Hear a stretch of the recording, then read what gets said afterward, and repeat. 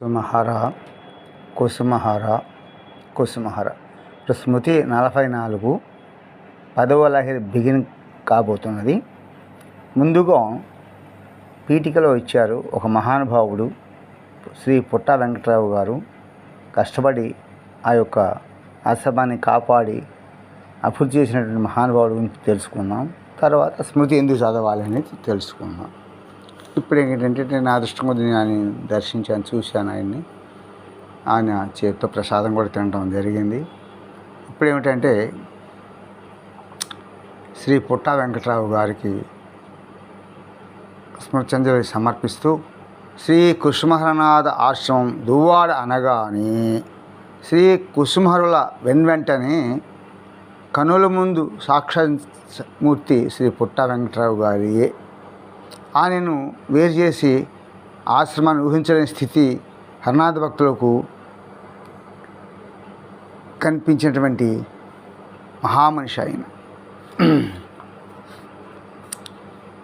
హరనాథ ప్రపంచంలో మధుర ప్రేమి అని ఖ్యాతిగాంచిన పూజ్యశ్రీ ధర్మారావు నాయుడు గారి ద్వారా బాబా అవతార తత్వమును గ్రహించి అవిహాతులుగానున్న వెంకటరావు గారు తన ఉద్యోగం నుండి ఐచ్ఛికంగా విరమించుకొని దువ్వాడ శ్రీ కుసుమహరనాథ ఆశ్రమం నిర్వహణ బాధ్యతను చేపూని తన చివరి శ్వాస వరకు బ్రహ్మచారిగా ఆశ్రమంలోనే తన జీవితాన్ని మాతాప్రభులకు సేవకై కంకిరం చేసిన పరమభాగ్యశాలి. నా భక్తులు నా సేవను తప్ప సాలోక్యము, సామీప్యము, సారూప్యము, సాయుధ్యమును పంచవిధ ముక్తులు వసంగను అంగీకరింపరు అని ప్రభుని వాక్యమును ఆచరించి సత్యమనొచ్చిన భక్త శిఖామణి. నామందు రుచి, జీవులందు దయ, వైష్ణవ సేవ అనేవే ఆయన యొక్క తికణములుగా శోభించాయి. దువ్వాడ ఆశ్రమ స్థల విస్తీర్ణాన్ని 5-6 రెట్లు పెంచి వ్యవసాయము, పశుపోషణ, పండ్ల తోట పెంపకములు ఆశ్రమాన్ని సమృద్ధిగా తీర్చిదిద్దిన కృషివలుడు ఆయన. పరిసర గ్రామీణులకు తాను ఉచితంగా హోమియో వైద్యం చేస్తూ శ్రీ జవేరి కుటుంబం యొక్క పూజనీయ విమలామ పుత్రిక యొక్క జస్సుమ యొక్క ఆర్థిక సహాయంతో ఆశ్రమంలో ఉచిత అలోపతి వైద్యాన్ని ప్రారంభించి కొనసాగించిన ధన్వంతరి ఆయన. ఆశ్రమ స్థలం రవివారి ఆధీనంలోకి పోకుండా కాపాడటంలో శ్రీ కంబోజ గారి సహాయంతో భారత ప్రభుత్వాన్ని ఒప్పించగలిగినటువంటి కార్యదక్షులు.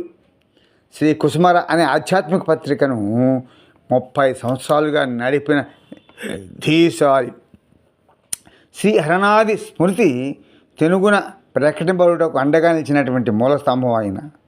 తన సేవలకు కేవలం దువ్వాడ ఆశ్రమానికి పరిమితం చేసుకొనక యుగళమూర్తులు జన్మస్థలము సోనామికులోని శ్రీమందిర నిర్మాణము, నిత్య సేవా ట్రస్ట్, దసరా సప్తాహములు నిర్వహించడంలో ఎనలేని కృషి చేసినటువంటి కార్యశీలి. శ్రీ మాతాప్రభువుల నిత్య సేవ అంటే కేవలం మూర్తుల అంటే విగ్రహముల సేవ మాత్రమే కాదని, ఆ మూర్తులలో సచైతన్య స్వరూపంతో విరాజమానులై ఉన్న సాక్షాత్ శ్రీ కుసుమహరుల వ్యక్తిగత సేవయని ఆయన దృఢ విశ్వాసం. అందుకైనా ఆ యుగుల ప్రభువునే వేకునే నిద్ర మేల్కొల్పటం, ముఖ ప్రక్షాళనం, ఉపాహారం, భోజనం, విశ్రాంతి సమకూర్చడం, రాత్రి నిద్రపుచ్చడం వరకు కల సేవలో ఆయన వ్యక్తపరిచిన సౌకుమార్యం, మాధవత, రాగభక్తి అనితర సాధ్యమే అని చెప్పవచ్చు. అవన్నీ కూడా భక్తజనులకు ఆదర్శమని నిలిచాయి కూడా.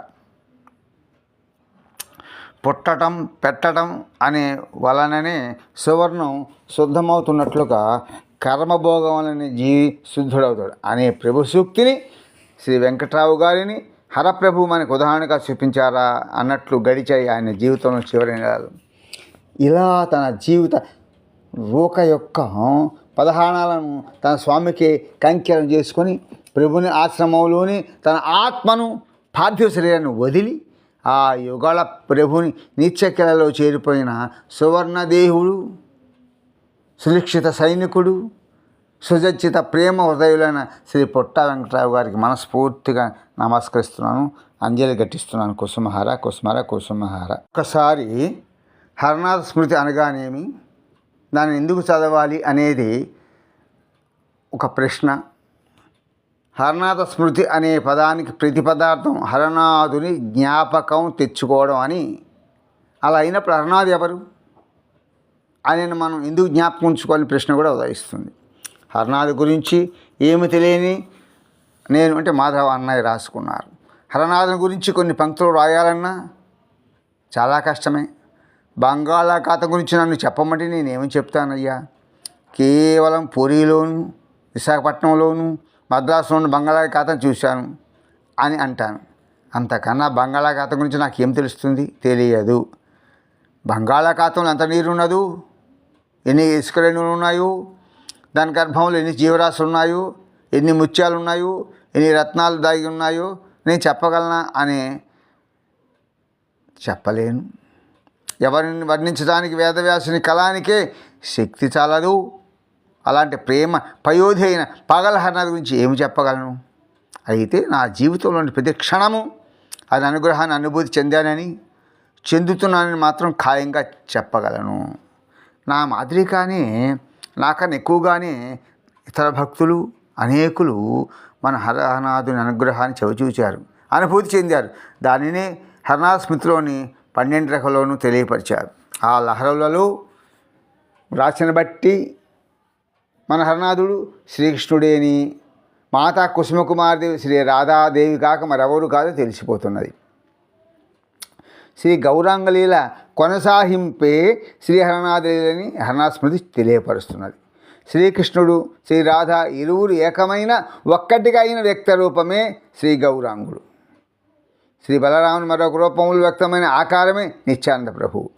శ్రీ రాధకు, గోపికలకు, యశోదమాతకు తాను బాకిపడిన విశుద్ధమైన ప్రేమ రుణాన్ని చెల్లించేందుకే కృష్ణుడు బాహ్యమునకు పురుషుడుగాను, ఆంతర్యములో శ్రీగానున్న గౌరాంగ మహాప్రభుని రూపంలో అవతరణ చెందాడు. అది అంతర్రాధ బహిర్కృష్ణ అని అర్థం. భక్తునేషములు శ్రీ రాధక యొక్క ప్రేమను, శ్రీకృష్ణుల శ్రీ రాధకు ఉన్న ప్రేమను చవి చూడాలని ప్రయత్నించడం కోసం ఆయన సన్యాసం స్వీకరించినందువల్ల పూర్వ రుణాన్ని తీర్చడం మాట అటుంచి దాన్ని మరి కొంత వడ్డీని కలిపి ఆ రుణాన్ని మరింతగా పెంచుకున్నాడు. ఆయన తాను సన్యాస దీక్షను తీసుకున్నందువల్ల స్త్రీల ముఖాలను కానీ, పార్థిభావనలకే, లౌకిక విషయాలకే ప్రాధాన్యత రాజు సంపన్నులైన మొదల వారి ముఖాలను కూడా చూడటానికి ఇష్టపడలేదు శ్రీ గౌరాంగుడు. అంతేకాదు తెలుసు తెలియకు ఏమాత్రం పొరపాటున చూడండి పాపాన్ని చేసిన వారి చివరకు చోట హరిదాస్ యొక్క ముఖాన్ని కూడా చూడటానికి ఆయన అంగీకరించలేదు. అంత కఠిన దీక్ష. అట్లా ఉంటేనే సన్యాసం విలువ ఉంటుంది, ఆయన మాట వింటారు. ఇంతకు ఆ చోట హరిదాస్ చేసిన తప్పేమిటయ్యా? మరొక భక్తిని సూచన మేరకు మహాప్రభుని మహాభక్తుడైన మాధవీదేవి వద్ద నుండి శ్రీ కృష్ణ చైతన్య మహాప్రభుని కోసమై అంటే గౌరాంగుడి కోసమై మేలైన బియ్యాన్ని భిక్షగా తీసుకుని రావడమే. మంచి బియ్యాన్ని తీసుకొచ్చాడు, చక్కగా ఉంటాయి. ఎందుకు? ఆ ప్రభువుకి వండి పెడదామని.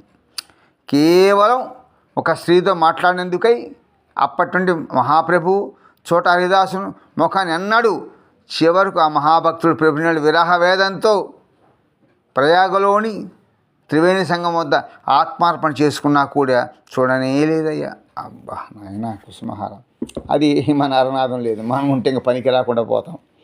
సో నవదీపానికి చెందిన జగ్గాయి మాదాయి అనే ఇరువురు ఘోర పాపులను హృదయాలను ఆయన పరిశుద్ధి చేసేయటంలోను, శ్రీ సార్వభౌమ పట్టాచార్య హృదయ పరివర్తన కలిగించడంలోను, నవద్వీప పండితుల యొక్క వారణాసికి చెందిన ప్రకాశంతుడి మహాపండితుని హృదయం శుద్ధి చేయడంలోను గౌరాంగుడే చొరవ చూపాడంటూ సందేహం లేదు. ఆ విధంగా ఆయన యొక్క అవతరణలు మహాపండితులు, సన్యాసులు ప్రయోజనం పొందిన సాధారణ గృహస్థులు, ముఖ్యంగా స్త్రీలు ఆయన ప్రేమార్ణవంలో ప్రవేశించడానికి వీలు లేకపోయింది. వారు దూరంగా ఉంచివేయబడ్డారు.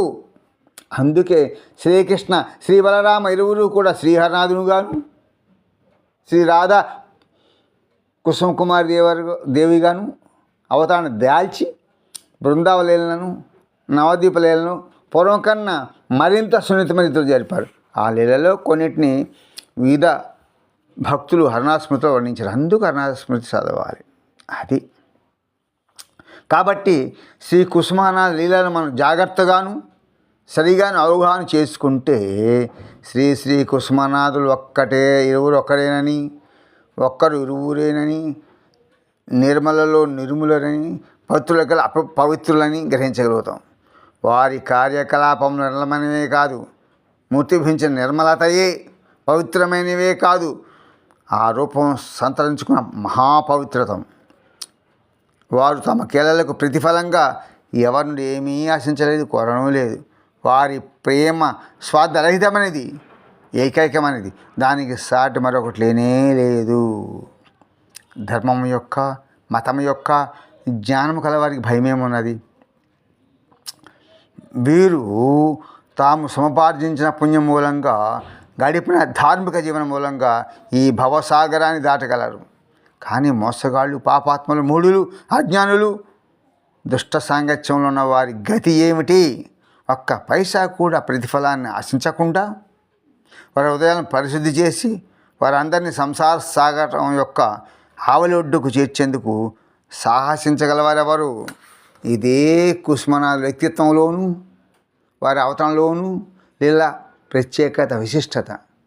అందుకని హరనాథస్మృతి ఎందుకు చదవాలో ఇప్పటికే కొంత గ్రహించి ఉంటారని చెప్తున్నాం. కారణం ఏంటంటే ఆయా లేఖలన్నీ కూడా కృష్ణుని చెక్కు వర్ణించబడ్డాయా. నన్నేమిటి తెలుసుకోవాలంటే, నేనేమిటి తెలియాలంటే హరనాథస్మృతి చదవాలంటారు. అంటే భాగవతం ఎందుకు గొప్పది? భక్తుల గాథలు, త్యాగాలు. అట్లాగే హరనాథ యొక్క స్మృతి అంటే హరనాథ భక్తుల యొక్క త్యాగములు, ప్రభువు నేర్పినటువంటి లీలలు గొప్పవి. కుసుమహార కుసుమహార కుసుమహార.